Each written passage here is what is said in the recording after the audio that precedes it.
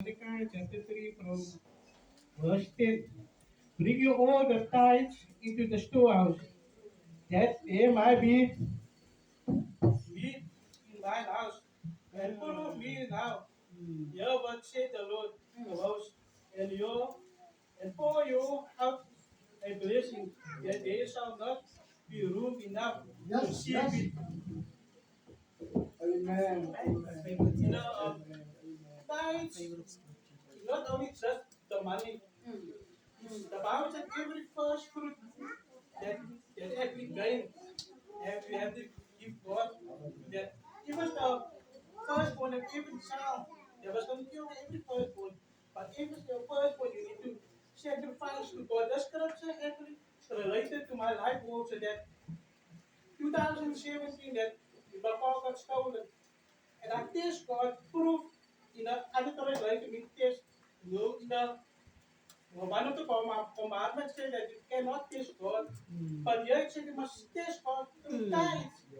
And I test God when my car got stolen. And not that all I fasted for 3 days also.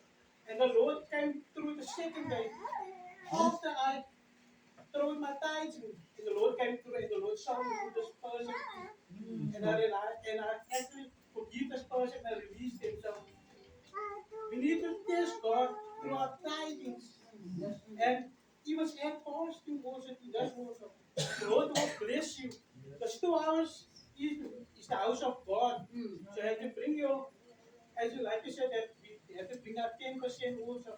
But in the New Testament, Paul said that Jesus loves a cheerful giver. Amen. So we need to give out a cheerful giver. Look in the New Testament, doesn't talk about that you give 10 also.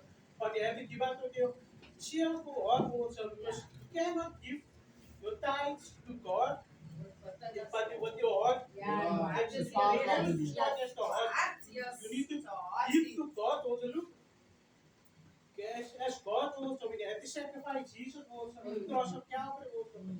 God gave his first and he gave his last also.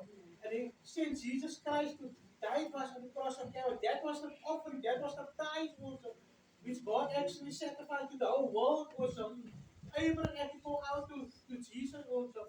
So the blessings also we are blessed also because once we accept the Lord Jesus Christ, we're not longer came from the first Adam anymore, but we are from the second Adam also, and every inheritance, the blessings of Abraham. So we are blessed and we stop here. Amen. Amen.